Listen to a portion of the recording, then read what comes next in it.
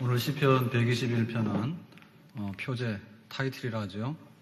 성전에 올라가는 노래. 성전에 올라가는 노래는 이스라엘 백성들이 1년에 3번 큰 절기가 있는데 6월절과 맥주절과 또 수장절 이런 절기가 있는데, 그러면 이제 자기가 하던 일을 멈추고 예루살렘으로 가서 성전에 가서 하나님께 예배드립니다. 그때 예루살렘으로 가면서 불렀던 노래가 되겠습니다. 다른 말로 말하면 성전에 올라가는 노래, 순례자의 노래, 그런 게 되겠죠. 그러니까 이 순례자라고 하는 것은 자기가 목적지가 있고 또 고유의 목적이 있어요. 그것을 향해서 계속해서 나아가는 사람이 순례자입니다. 내가 산을 향하여 눈을 들리라. 나의 도움이 어디서 올고 나의 도움이 천지를 지으신 여호와에게서로다. 이게 이제 그 순례자의 노래인데요. 그러면 우리도 순례자다. 우리는 예수를 믿었죠. 그럼 언제 믿었습니까? 10년 된 분도 있고, 아니면 1년 전에 믿은 분도 있고, 혹은 30년, 50년 된 분도 계시죠. 근데 예수를 믿어서 우리의 마지막 목적지는 어디입니까? 하나님의 나라, 하나님이 계시는 곳, 우리 앞서서 믿었던 우리 믿음의 선조들이 미리 가 있는 곳, 그곳. 근데 그곳은 어떤 곳이에요? 평화가 있고 사랑이 넘치고 안식이 있는 나라. 그러니까 처음 것들이 다 지나간, 처음 것들이라고 하는 것은 배고픔, 그 다음에 긴장, 불안, 스트레스, 질병, 죽음, 그로 인해서 고통스러운 것, 이런 것들이 다 지나가는, 그래서 완전한 하나님의 나라에 도달하게 되는 것. 우리도 지금 이 순례자로서 이 길을 우리가 걸어오고 있는 것이에요. 저 높은 곳을 향하여 날마다 나아갑니다. 내 뜻과 정성 모두어 날마다 기도합니다. 우리도 하던 일을 멈추고 우리가 어느 곳에 있든지, 혹은 출장을 갔다가도 주일이 되면은 교회로 돌아와가지고, 지난번에 카터 대통령은 헤비타트 집짓기 운동하면서 한국에 왔다가 그게 일주일 단위로 하잖아요. 그러니까 미국 가면 하루가 이제 남으니까 토요일 날 끝나고 가도 주일 지킬 수 있거든요. 그러니까 자기 교회 예배드리러 간다고 갔어요. 그러니까 우리가 어느 곳에서 무슨 일을 하더라도 우리의 목적하는 바 예배드리는 그곳을 향해서 나가는 것, 그것이 바로 우리 순례자의 삶인 줄로 믿습니다. 그러니까 우리는 이렇게 매 주일마다 교회에 오는 경험, 또 예배드리는 이런 자리들이 사실은 순례자로서 경험을 하게 되는 거고, 매 주일 단위로 순례자의 경험을 하면서 그게 이제 한 달이 되는 거고요. 그리고 또 한 달 한 달이 모이면 1년이 되는 거고, 그래서 1년 동안의 순례의 길을 가게 되면 이만큼 가게 되는 거죠. 그래서 그것이 모여가지고 10년이 되고 우리 일평생이 돼서 마침내 하나님의 나라에 우리가 도달하는 줄로 믿습니다. 그러니까 우리가 비행기 타고 한 번에 확 간다든지, 혹은 엘리베이터를 타고서 그냥 높은 데로 막 수십 층을 한 번에 올라간다든지, 그런 건 없어요. 한 걸음 한 걸음 우리가 목적하는 바를 땅에서 가는 것. 그러니까 주일날 우리가 교회 온다는 사건도 사실은 굉장한 사건인 것이, 토요일 날 밤에 잘 때 야, 내일이 주일이다, 그거 모르고 주무시는 분 없죠. 그럼 우리가 못 일어나잖아요, 그죠? 그러니까 토요일 되면 이미 마음이 교회로 향해 있죠. 그리고 시간도 이제 조정을 하고요. 그리고 이제 교회 올 때 죄를 막 짓고 싶다 이런 마음 없잖아요. 교회 올라오면서 내가 기어이 죄를 짓고 말 거야, 이런 마음을 품고 온 분도 없어요. 가급적이면 죄 지을 마음을 하나하나 내려놓고 회개하게 되죠. 그리고 또 한 주간 동안 굉장히 고달프게 살았으면 하나님 나라에 가면 얼마나 안식이 있을까, 진정한 나에게 안식이 있기를, 우리가 그런 마음으로 성전에 올라오는 줄로 믿습니다. 그리고 성전에 올라오면서 하나님께서 나에게 주신 직분을 새삼스럽게 깨닫죠. 내가 집사였어, 내가 찬양대원이었어. 근데 한 주 내내 세상의 일에 얽매여가지고, 혹은 한 주 내내 세상의 일에 얽매여가지고 찬양하지 못하고 기도하지 못하고 나의 본분을 망각했었어. 근데 나는 하나님 앞에 직분을 받은 사람이고 일을 해야 되는 사람이야. 그런 걸 새삼스럽게 깨닫잖아요. 그러니까 우리가 성전을 향할 때 우리는 순례자로서 그런 은혜가 있는 줄로 믿습니다. 그러면서 우리는 묻는 거죠. 내 인생의 목적이 뭘까? 그리고 나는 정말 어떻게 살아야 될까? 길 잃은 양과 같았어요. 그랬는데 주일 예배당으로 향하면서 내 인생의 목적은 하나님께 영광 돌리는 것이고 너희는 먼저 그의 나라와 그의 의를 구하라 그랬는데 나는 과연 그렇게 가고 있는가? 그리고 내 마음에 그 소원은 있지만은 과연 내가 부족한 것이 참 많은데 하나님께서 나에게 은혜를 주시기만 하며 내 영혼이 잘 되고 범사가 잘 되면 교회를 유익하게 하고 하나님을 영화롭게 하는 일에 내가 몸을 바치겠다. 그런 소박한 기도를 가지고 우리는 성전으로 향하는 줄로 믿습니다. 그래서 자동차를 타고 오든 간에 걸어서 오든 간에 우리는 순례자로서 높은 곳을 향해서 계속해서 우리의 길을 걸어가는 그런 복된 하나님의 사람인 줄로 믿습니다. 그렇기 때문에 나 자신에 대해서 잘 알아야 돼요. 나는 어떠한 삶의 라이프 스타일이 있는가 그걸 잘 알아야 돼. 농사 짓는 분들은 1년 내내 농사 계절에 따라서 모든 게 맞춰져 있거든요. 그리고 바다를 배경으로 사는 분들은 원력 있죠. 원력을 따라서 언제 밀물이고 언제 썰물인지 언제 만조고 이런 거지. 이런 거를 잘 알아야지 자기의 그 삶의 스타일이 있는 거예요. 근데 하여튼 간에 밤무대를 그냥 누리면서 사는 사람은 또 그것도 라이프 스타일이 있어요. 낮에는 자고 밤 되면 그냥 눈 뜨고 다녀요. 그러니까 우리가 도대체 어떻게 내 인생을 살아가고 있으며 하나님 섬기고 있는가? 무신론자들은요, 딱 하는 말이 하나님 없다요. 하나님 없으니까 내가 알아서 다 한다. 내가 땀 흘려서 내 벌어서 내 먹고 산다. 그런 게 무신론자들의 스타일이죠. 그리고 그 사람들은 항상 그렇게 살아가는 거예요. 만약에 그 인본주의자들 있잖아요. 이런 사람들은 인간으로서 충실하기를 원해요. 그렇기 때문에 자기가 예의 범절에 맞고 규범에 맞는 데서 벗어나고 싶지 않아요. 그래서 철저하게 윤리적이에요. 사람의 본분을 다하고 가급적이면 일탈 행동을 잘 안 하려고 해요. 자기는 스타일이 그런 스타일이에요. 하여튼 간에 사람의 눈에 벗어나지 않고 모범이 되는 그런 길을 걸어간 인본주의자들이에요. 그리고 한편에 있어서는 허무하다는 사람들이 있죠. 다 하고 보니까 다 그렇고 그래. 솔로몬이 고백했던 것처럼 헛되고 헛되도다. 그러니까는 그 허무한 게 지나가게 되면요. 인생은 왜 살지? 내가 이렇게까지 고생해야 되나? 맥 빠져가지고 손을 놓게 되고요. 방황하게 되고요. 그렇게 하는 사람들이 굉장히 많아요. 반면에 그 반대로요. 열정이 넘어가지고요. 쾌락주의로 가는 사람들이 있어. 짜릿하게. 뭘 하더라도 잘 먹어야 되고 뭘 하더라도 하여튼 간에 자기 만족이 넘어야 되는데 그러다 보니까 막 외도하게 되고요. 막 약물에도 중독이 되고요. 그렇게 쾌락에다 자기 몸을 맡기고 사는 사람들이 있거든요. 그래서 도대체 나는 어떻게 사는 사람인가 할 때 내가 산을 향하여 눈을 들리라. 나의 도움이 어디서 올꼬? 나는 지금 예루살렘 성전에 가서 예배 드려야 돼. 그리고 그 성도들을 만나서 함께 축제를 열어야 되는데 거기에 참여할 수 있는 사람이야.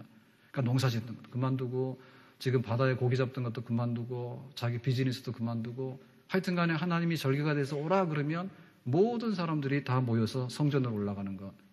바로 예수 믿고 예수 믿어서 우리가 천국 가는 길에 있는 우리들은 우리의 삶의 모든 그 본분, 우리 삶의 스타일, 나는 한마디로 말할 때 성전으로 향해 올라가고 있고 하나님 나라를 향해서 올라가고 있는 순례자입니다라고 하는 것이 우리의 고백이 될 수 있기를 주의 이름으로 축원합니다.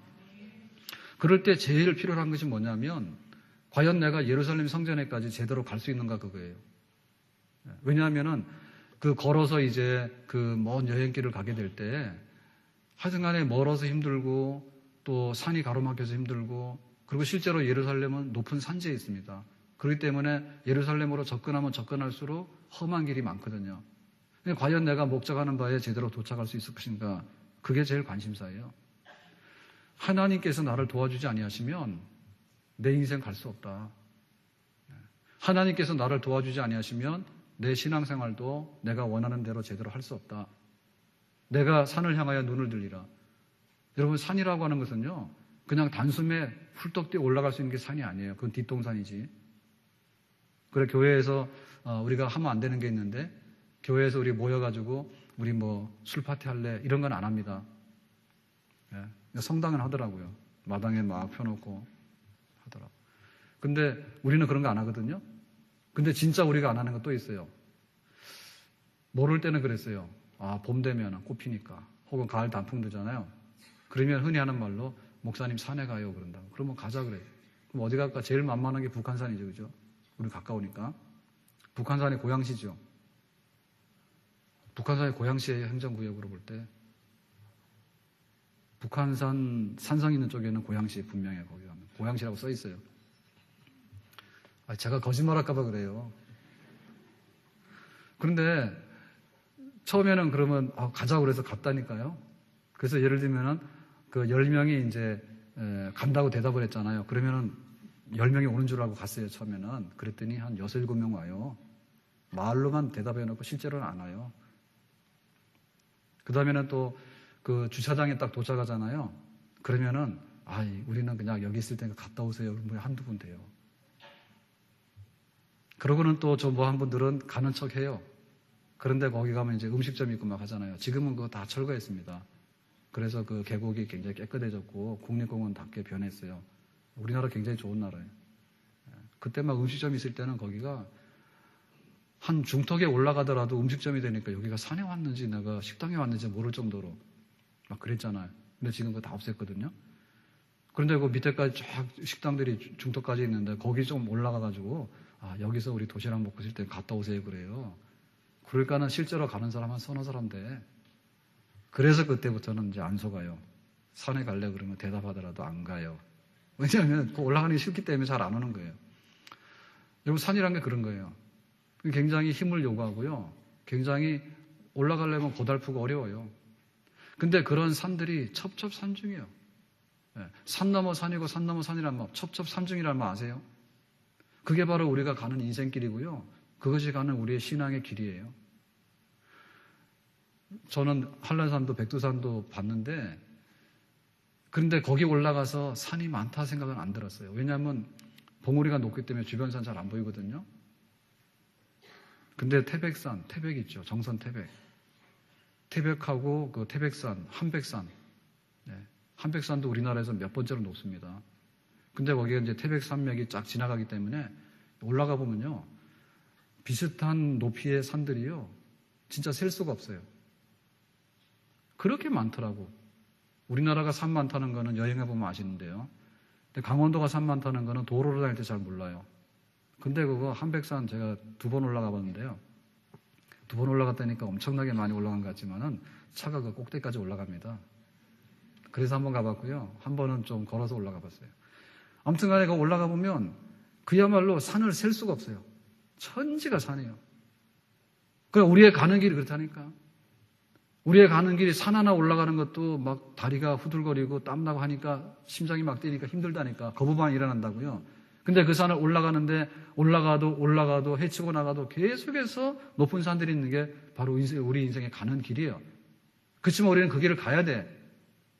그거 어떻게 갈 수 있는가가 문제인데 그것은 천지를 지으신 여호와께서 나의 도움이 되기 때문에 우리는 그 길을 갈 수 있는 줄로 믿습니다. 하나님이 나를 도와주신다. 하나님이 나를 도우셔서 내가 신앙생활이 계속 가능하다. 하나님 없으면 우리가 그 험한 길을 우리는 갈 수는 없어요. 그럴 때 하나님께서 어떻게 우리에게 도움을 주시는가라고 구체적으로 표현하게 되는데요. 자, 4절 말씀에 이렇게 써 있습니다. 이스라엘을 지키시는 이는 졸지도 아니하시고 주무시지도 아니하시리로다. 자, 이거 자지 않고 안 존다는 얘기는 대략 누구에게 해당하는 얘기입니까? 파수꾼이죠. 파수꾼은 자면 안 돼. 다른 사람 자더라도 자는 사람들의 안전을 위해서 자기가 당번이 돼가지고 눈을 부릅뜨고 지키는 사람이 파수꾼이요. 하나님께서 주무시지 않고 졸지 아니하시고 그렇게 하신대. 그러니까 막 살아계셔서 하나님의 막 눈동자가 번쩍번쩍 해가지고 우리가 그 높은 산을 넘어가고 또 산을 넘어가야 되는 험한 그런 인생의 길이 있지만은 하나님이 한 번도 우리를 외면하지 아니하시고 모른 척하지 아니하시고 또 깜빡 졸지 아니하시고 완벽하게 지켜내신다. 믿습니까? 우리가 긴 여행을 떠나게 되잖아요. 그럴 때 사실은 굉장히 그 문화 충격이 있어요. 예를 들면 말이 안 통해요. 그러니까 우리가 말이라도 통하잖아요. 외국 여행하다가 막 10년, 20년 묵은 기아차 프라이드 지나가는 거 보잖아요. 필리핀 가면 본단 말이에요. 예를 들면 굉장히 반갑다니까요. 동남아에 가서 보면. 그리고 생김새가 한국 사람처럼 보이더라도요, 굉장히 힘이 나요. 그리고 막 한국말이 들리잖아? 그럼 막 갑자기 막 살 것 같아. 그리고 간판이 한글이 써 있잖아요. 그러면 막 굉장히 힘이 생겨. 그런데 먼 길을 가는 순례자는요, 불행하게도 자기 말이 아니에요. 낯선 말을 하는 사람들 사이에 낀다는 것이 얼마나 불편한지 몰라. 그리고는 그 환경이 너무 달라. 우리나라에서 출발할 때는 겨울이었습니다. 근데 막 남쪽 지방에 가보니까요, 벌써 막 봄이 되고 여름이 된 거예요. 더운 나라 가면 그렇잖아요. 예? 그리고 만약에 우리가 히말라야 같은 데를 간다 그러면 어떻게 됩니까? 우리는 한여름에 가는지 모르지만 거기는 항상 만년설이 있잖아요. 너무 다른 환경에서요, 굉장히 당황스러워요. 그런 것들이 바로 순례자가 겪는 그런 그 충격들이에요. 그러니까 우리가 길 떠나게 되면 제일 중요한 게 잠을 자야 돼, 일단에. 잠을 못 자고 막 노숙하게 되거나 이러면은 그건 며칠 못 갑니다. 잘 먹어야 돼. 먹는 양식이 떨어지면 힘 빠져가지고 병 나서 못 가. 그러니까 잘 먹고 잘 자고 병이 안 나야 돼, 병이. 병이 안 나야 되는데 하여튼 간에 여기 집에서 있을 때는 병이 나면 병원도 가고 쉬면 되잖아요. 그런데 내가 여행을 출발해서 목적지까지를 가야 되는 그런 아주 그냥 필연적인 사건 속에 있다 그러면 병이 났을 때 어떻게 하는가. 누가 업고 가든지 뭐 어떻게 해야 되지 이거 안 되면은 절대로 안 되거든요. 그러니까는 몸이 건강해야 돼. 더군다나 길을 잃어버리면 안 돼. 제주도 가가지고 올레길을 가는데 우리가 길을 잘 모르잖아요. 그리고 올레길은 일부러 꼬불꼬불하게 해놨습니다. 그래서 그 눈치가 빠른 분들은 대충 큰 길로 가면 나중에 다 만나거든요. 근데 원래 코스를 만들어 놓을 때는 동네에서도요, 볼 거 좀 걸어가 볼 만한 길 그래가지고요, 일부러 꼬불꼬불하게 해놨는데 한참 돌다 보면 그 길이 그 길이에요. 그래서 나중에 보면 뭐냐면 한 하루 이틀 이렇게 올레길 계속 가다 보면 나중에는 자기도 모르게 리본만 봐요. 가보셨어요? 빨간 리본하고 파란 리본 있잖아요. 예? 뭐 돌담에다 끼워놓기도 하고 뭐 나무 가지에다 걸어놓기도 했는데 그 막 리본 보고 그 다음에 화살표 있죠. 화살표. 그거만 보면 길 잃어버리면 안 되기 때문에. 그리고 정말 위험한 게 뭐냐면 해로운 사람 만나는 거예요. 호랑이보다 무서운 게 사람이요. 그래서 올레길에서도 살인사건 났잖아. 아마 지금도 1코스 폐지시켰을 거예요. 우리도 가봤는데 거기 막 오름이 굉장히 좋아요. 그래가지고 막 하여튼간 좋습니다. 예? 밭농사가 많잖아요, 제주도에. 그래, 오름에 올라가 보면은 밭농사라는데 다 그 초록색이잖아요. 야채 같은 게. 예? 그래 보면 초록이 천지인데 앞에 보면 바다인데요, 성산, 일출봉. 굉장히 좋은데 여기서 살인사건 났잖아요. 못 가게 하잖아. 그러니까 그런 그 위험한 요소들이 도사리고 있거든요. 그러니까는 이게 밤낮으로 이렇게 안전하게 가이드 해주고 보호해주지 않으면요, 순례길을 우리가 더 진행하기 어려워요. 그러니까 그 올레길 살인사건 나고 나서 굉장히 사람들이 막 겁내고 힘들어하니까 의견 중에 하나가 뭐냐면 CCTV를 거기다가 설치하면 안 되겠냐 이런 얘기를 했는데 그건 또 문제가 있죠. CCTV 싫어가지고 지금 쉬러 갔잖아. 갔는데 그 여행길이 겁난다 해가지고 CCTV 다 켜놓고 있으면은 또 그건 뭐가 되는 거예요. 그러니까 그것도 문제가 있다 그랬는데 어떻게 되는지 모르겠어요. 여러분, 우리가 가는 길에는 정말 온갖 난관들이 다 있고요. 온갖 첩첩산중이라 한순간도 우리가 눈을 떼면 사고가 나고 갈 수 없는 것이 우리들의 길이에요. 그런데 우리가 갈 수 있는 것은 하나님께서 나의 도움이 되고 하나님께서 파수꾼이 되셔가지고 우리의 완전한 가이드가 되기 때문에 우리는 이 길을 온전하게 갈 수 있는 줄로 믿습니다. 뭐 쉽게 얘기하면요, 우리가 운전하잖아요. 여러분, 운전 경력이 얼마입니까? 그런데 우리가 초보 면허증을 얻어가지고 초보 운전해서 핸들을 잡았잖아요. 그래, 죽는 날까지는 우리가 핸들을 잡고 있겠죠. 그렇다면 만약에 1년에 3만 킬로를 간다 그러면은 30년이면 얼마를 가겠어요? 100만 킬로 정도 가지 않을까요? 그렇게 많이 우리가 운행을 한다고요. 그리고 운전하는 시간을 계산하면 엄청나게 많아요. 예. 고속도로를 달리더라도 부산까지 가는데 500km가 되면은 적어도 5시간 이상이 걸리잖아요. 그러니까 시간으로 환산하면 어마어마하게 많은 시간을 우리가 운전하면서 위험한 상태에서 우리가 살거든요. 사고 안 나셨어요? 다행입니다. 그래서 사실은 이거 자동차를 딱 타는 순간부터 사실은 우리는 확률적으로 볼 때 사고 위험에 노출돼 있어. 1년에도 수천 명의 사람들이 교통사고로 죽는다고. 다치는 사람 더 많고요. 근데 타는 거야. 최소한의 장치가 뭐냐면 보험이죠. 근데 보험 해봐야 그게 사고가 안 나야 되는 거지. 사고 나서 팔이 부러졌는데 보험 받으면 뭐합니까? 사실 우리가 그렇게 위험한 데 살고 있거든요. 저도 큰 사고는 없었는데요. 그런데 아주 위태로운 순간 되게 많았어요. 지금은 전부 다 자동 변속기가 되잖아요. 근데 처음에 제가 운전할 때만 하더라도 스틱이었어요. 그래가지고 후암동에요. 남산 병무청 앞길, 옛날 병무청. 거기 언덕이 굉장히 이렇게 높거든요. 초보 때 어떻게 거길 갔는데 중간에서 이렇게 쓰게 된 거예요. 그랬더니 시동이 꺼졌어요. 길거리 서가지고 시동을 못 켰어요, 제가. 그걸 몰라가지고, 운전하는 방법 몰라가지고. 그래서 여기다 자동만 하고 다녀서 모르실 것 같은데 옛날에 그런 에피소드들이 다 있어요. 차들이 뒤에 와서 기다리고 있는데 언덕에 서가지고 시동은 꺼져가지고 더 이상 못 가니까 얼마나 당황스럽습니까? 그래도 친절한 분들이 계시더라고. 그러더니 보조 사이드 브레이크라고 그러죠. 그 브레이크를 딱 해가지고는 엑셀레이터를 밟아서 올라가라 그 얘기지. 그거를 몰랐던 거예요. 근데 차는 끌고 간 거예요. 사실 보면 얼마나 위태로운 순간이 많은지 몰라요. 얼음판에 미끄러진 거는 다 경험하셨을 거예요. 근데 모래에다 미끄러져가지고 다리 난간으로 추락하려고 한 적도 있었어, 저는. 강원도 현리가 있죠, 강원도 현리. 강원도 현리에 이제 수련회 답사를 갔다 오는데요. 그 길이 차가 잘 안 다니는 길이에요. 그래가지고는 오는데 과속했겠죠, 아마. 과속했으니까 보통 때 같으면 괜찮은데 다리 진입하는 데가 다리라고 해야 그냥 짧은 다리죠. 뭐 조그마한 다리들이 많잖아요.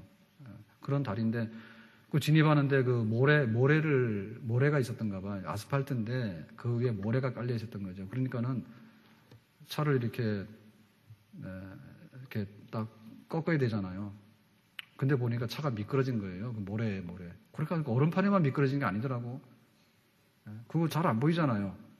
근데 차가 균형을 잃었어요. 그래가지고는 오른쪽 갔다 왼쪽 갔다 한 서너 번 했는데 그거 진짜 추락하면 죽는 경우도 있습니다. 근데 왔다 갔다 하다 섰어요. 근데 불과 한 몇 초밖에 안 되는 시간인데 온갖 생각 다 들더라고. 야, 이 차가 떨어지는구나 했는데 일로 갔다 절로 갔다 하는데요. 하여튼 간에 위험한 일이 얼마나 많은지 모르지. 교회 우리 성도들이 교통사고 났다 그러는데 대부분의 자기가 내는 사람보다는 사고 당하는 경우가 많더라고. 그 신호등에 가만 서 있는데 와서 들이받았다는 거지. 그래가지고 목이 아프다 그러고 입원해 있고 그러면 굉장히 많거든요. 그 빨간불인데 서 있는데 와서 들이받는데 어떻게 합니까? 그토록 위험한 거거든요. 그러니까는 한순간이라도 눈을 떼면 안 된다. 한순간이라도. 하나님께서 우리를 그렇게 완전하게 인도하시고 보호하시기 때문에 우리가 여기까지 왔고 앞으로도 천국 가는 그날까지 무사하게 그 나라에 도착할 수 있는 줄로 믿습니다. 언더우드 선교사의 부인이 의사입니다. 근데 나이가 37살인가 늦지막이 의학 공부를 해가지고 의사가 돼가지고 선교사를 한국에 파송받았어요. 미혼으로 왔죠. 그랬는데 이제 미리 온 언더우드 목사님하고 결혼하게 된 거예요. 결혼하게 됐는데 결혼하고 나서 이제 신혼여행을 이 서울에서 해가지고 의주를 갔다 옵니다. 의주 신의주요. 그러니까 압록강을 넘어서 세례를 주고 오거든요. 가마 타고 가고 또 말 타고 가고 그렇게 해요. 이래가지고는 이제 하여튼 그런 신혼여행이 없을 거야. 그 당시에 이 백인이 등장하는 것만 해도 볼거리인데, 백인 여자가 또 신혼에 말이에요. 이래가지고 선교사 신분인데, 그러고는 이제 여행하는데, 그 경험을 기록한 책이 있어요. 그래서 뭐라고 했냐면, 언더우드 부인의 조선 견문록, 이런 책을 냈는데, 이게 한국에 도착하고 나서 15년 동안 한국에서 경험한 일들을 기록한 책 중에 이제 신혼여행 갔던 얘기들도 거기에 많이 기록되어 있어요. 부제가 뭐냐면 상투쟁이들과의 15년. 그러니까 그 당시에는 우리처럼 이렇게 머리를 자르지 않냐고 우리 한국 사람들이 상투를 해서 긴 머리 했잖아요. 그죠? 그러니까는 전혀 다른 문화에 와가지고 경험했던 부제, 상투쟁이들과의 15년 생활. 제목, 조선 견문록. 그랬는데 징물포에 딱 도착해서 여기 한양까지 오는데 그 마을에 대한 딱 첫인상을 한마디로 표현하면 버섯 같다. 버섯 같다. 그러니까는 미국에 살 때는 다 통나무 같은 걸로 나무로 이렇게 집을 지면은 2층도 짓고 이렇게 집을 짓잖아요. 근데 거기에 비하면 우리는 규모도 작고 초가지붕을 이어놔가지고 멀리서 보면은 마을에요. 초가지붕 다 이어놓으면은 멀리서 보면 뭐같이 보이겠어요? 서양 사람의 눈으로 볼 때는 버섯이라. 한마디로 마을 풍경 그거고 동네는 더럽다. 동네 더럽다. 지금 우리는 그 하수 처리가 제대로 되고 있잖아요. 그 땅속을 해가지고 하수 처리다. 하수 처리하는데 다 돈 냅니다. 하수 처리하는데 세금 다 내요. 집 질 때도요, 준공 날 때도요, 하수 처리하는데 그것도 돈 다 내요. 그래가지고 지금 청결 상태를 유지하고 있어서 전염병 같은 게 잘 없어요. 근데 그 당시에는 그냥 길에다가 그 오폐수를 다 버리니까 그 하수구가 있다 하지만 다 완전히 개방형이기 때문에 얼마나 위생상도 안 좋습니까? 그러니까는 서양 사람 볼 때 굉장히 그게 불결한 거예요. 그래서 병도 많이 생기는데 몇 년마다 한 번씩 그게 큰 전염병 생겨요. 콜레라 같은 게 생겨가지고 막 몇천 명도 죽고 그럽니다. 그런 상태에 왔을 때 충격도 굉장히 많거든요. 더군다나 우리가 좋아하는 온돌은요, 서양 사람들이 볼 때는 이거는요, 진짜 견디기 어려운 거예요. 우리는 온돌도 모자라가지고 24시 불가마를 가죠.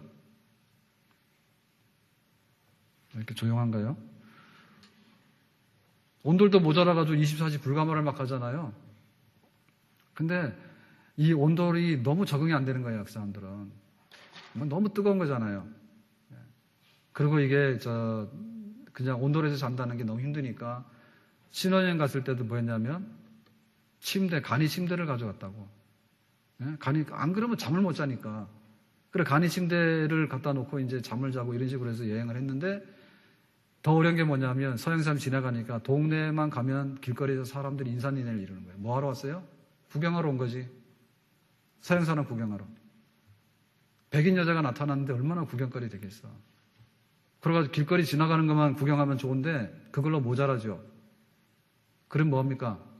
방에 들어가더라도 볼 수 있는 방법이 있죠. 침 발라가지고 한지 정도는 뭐 이렇게 구멍 뚫으면 다 보이잖아요. 그래서 방에 가서 좀 쉬려고 이렇게 나서 보면은 바깥에서 안을 쳐다보는 까만 눈동자가 새까맣더래. 어떻게 구멍을 뚫고 들여다보든지. 마지막 여행지에서는 결국에는 강도를 만납니다. 도적들을 만나서 죽다 살아나요. 우리가 가는 길이 사실이 그래요. 우리가 가는 길이 그래. 그래서 우리가 하나님에 대한 신뢰, 하나님이 나를 보호하시는데 주무시지 아니하시고 졸지 아니하시고 그 어떤 상황에서도 그 어떤 자리에서도 우리를 품어주시는 그 하나님의 은혜를 우리가 의지하게 될 때 우리의 인생길이 온전하고 우리의 신앙에 가는 길이 온전하게 하나님 나라에까지 무사하게 들어갈 수 있는 줄로 믿습니다. 주 날개 밑 내가 편안히 쉬네 밤 깊고 비바람 불어쳐도 아버지께서 날 지키시리니 거기서 편안히 쉬리로다. 하나님이 우리의 날개로 품어가지고 그 안에 있을 때 우리가 쉬게 되는데 이와 같은 축복이 있기를 주의 이름으로 축원합니다. 자, 그래서 이제 우리를 지키시는데 극단적인 어려움이 다가오거든요. 그게 뭐냐? 6절에 표현하기를 낮의 해와 밤의 달. 어떻게 낮의 해와 밤의 달이 우리에게 있어서 극단적인 위험과 어려움이겠는가? 우리에게 있어서 해는요, 그냥 따뜻하고 축복이에요. 그런데 사막 지방에서 아주 그냥 피할 데가 없는 그 땡볕에서 아주 그냥 내리쬐는 그 태양이라고 하는 것은, 해라고 하는 것은요, 진짜 죽음에 이르는 도구입니다. 먼 길을 걸어가는데 그 해가 내리쬐는 가운데 계속 가다 보면 그거는 일사병 걸려 죽어요. 그 정말 위태로운 거죠. 낮의 해 자체가 위태로운 겁니다. 그 해를 어떻게 가릴 수가 없잖아. 그리고 밤의 달이 또한 해를 준다 했어요. 밤에 노천에서 달빛에 노출돼서 잠을 자게 되면 심한 현기증이 일어나고, 심각하면은 정신 이상이 오게 되고, 더 심각하면은 사망에 이르는 병이 생긴답니다. 그러니까는 어떻게 피할 길이 없는데 낮에는 해가, 밤에는 달빛이, 도대체 이거를 견딜 수 없는 거대한 위험, 그런 것을 뚫고 나갈 수 있도록 하나님께서 그늘이 되어주시고 하나님께서 우리를 날개 안에 품으시는 줄로 믿습니다. 모세가 인도한 백성들이 애굽을 떠났어요. 그랬을 때 광야길 40년 길을 걸어가게 되는데 낮에는 구름 기둥과 밤에는 불 기둥이 있었기 때문에 그 길을 걸어간 겁니다. 만약에 낮에 구름 기둥이 없었다면 그 백성들이 며칠 못 가고 다 일사병 걸려 죽었을 거예요. 밤에도 불 기둥으로 그게 바뀌어져 가지고 따뜻하게 할 뿐만 아니라 불 기둥이 있으니까 짐승들이 안 오죠, 그죠? 그런 안전한 날개로 백성들을 품지 않았으면 그 백성들이 40년 광야길을 걸어갈 수가 없었을 거예요. 여러분, 우리에게 해는 뭐고 우리에게 달은 뭡니까? 우리에게 치명적으로 위험하게 하는 그런 요소들은 뭡니까? 우리가 그런 일을 만나더라도 하나님께서 우리를 보호하시는 줄로 믿습니다. 야곱은 130년을 살면서 험악한 세월을 지냈습니다라고 했는데 자기가 형님 그 축복권을 뺏고 도망갈 때 베델 광야에서 노숙하지 않았어요? 또 20년이 지나가지고 그 가나안 땅으로 돌아오는데 야복나루에서 형님이 400인의 군사를 거느리고 20년 전에 그 보복하려고 칼 들고 온다니까 거기서 또 엎어져서 기도하지 않았어요? 그리고 자기가 애지중지했던 요셉이 형들이 미워가지고 요셉 미워해가지고 노예로 팔아먹었잖아요. 그리고는 짐승한테 찢겨 죽었다고 거짓말했잖아. 그러니까는 정말 피할 수 없는, 그리고 마음에 씻을 수 없는 그런 큰 사건을 만나면서 야곱은 130년 살거든요. 다니엘은 기도하다가 기도를 계속한다는 죄로 사자굴에 던져지기도 했고, 다니엘의 친구들은 두라 평지에 세우는 금신상에다 절하지 않는다는 죄 몫으로 풀무불에 던져졌어요. 그러니까 우리도 강이나 물이나 불 피할 수 없다. 우리 믿는 사람들도 감기 걸려요. 그리고 심해지면 폐렴도 걸릴 수 있어요. 더 심한 경우에는 암도 걸릴 수 있어. 우리들도 가난할 수 있어요. 실패할 수 있어요. 그러면 오늘의 양식이 없기 때문에 굶을 수도 있어. 그렇지만은 어떠한 해로운 것들이 우리에게 찾아온다 하더라도 하나님께서 우리를 마침내 보호하시고 품으셔서 해받지 않고 우리의 가는 길을 온전하게 걸어갈 수 있도록 은혜 주시는 줄로 믿습니다. 내 주를 가까이 하게 함은 십자가 다 같이 십자가 진 같은 고생이나 내 일생 소원은 늘 찬송하면서 주께도 나가기 원합니다. 각오해야 돼요. 우리가 면제된 게 아니에요.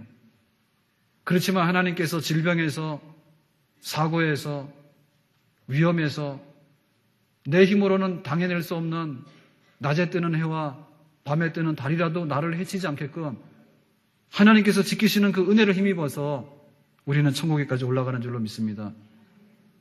하나님이 우리를 부르셔서 하나님이 목적하는 자리에 세우기 위해서 하나님이 지금부터 영원까지 우리를 책임지시는 그 은혜가 있다고 찬성하고 가는 사람이 순례자예요. 만약에 우리가 이런 찬송이 없다면 하나님이 나를 부르셔서 하나님이 하나님 나라에 이르는 데까지 나를 책임지셔가지고 하나님이 한 시간도 한순간이라도 눈을 떼지 아니하시고 거대한 태양이 내리쬐거나 밤에 차가운 달빛이 우리를 엄습해 온다 할지라도 하나님께서 우리를 보호하셔가지고 완전케 하셔가지고 언제 어느 때나 여기서부터 영원한 하나님 나라까지 책임지시는 그 은혜가 있습니다라고 고백하고 그것을 찬송하면서 가는 사람이 진정한 순례자인 줄로 믿습니다. 우리가 이 땅을 살아가면서 우리가 평가하는 기준들이 여러 가지예요. 근데 그 평가하는 기준이 여러 가지지만은 제대로 된 평가를 할 때 우리가 거기에 합당한 거죠. 지금 우리가 굉장히 잘생겼다라고 얘기를 하게 되면 카메라로 찍거나 혹은 이렇게 사진 이렇게 찍을 때 일단 간에 얼굴이 크면 안 된다고요. 그죠? 지금은. 그리고 이렇게 살이 좀 쪄 보이면은 안 된다 그래요. 근데 그거는 최근에 생긴 기준이에요. 표준적인 한국 사람이 사진을 딱 찍으면은 얼굴이 좀 이렇게 커야 되고 그렇죠. 그죠? 살도 좀 두툼해야지 그 사람이 덕스럽고 복이 있다 한 거지.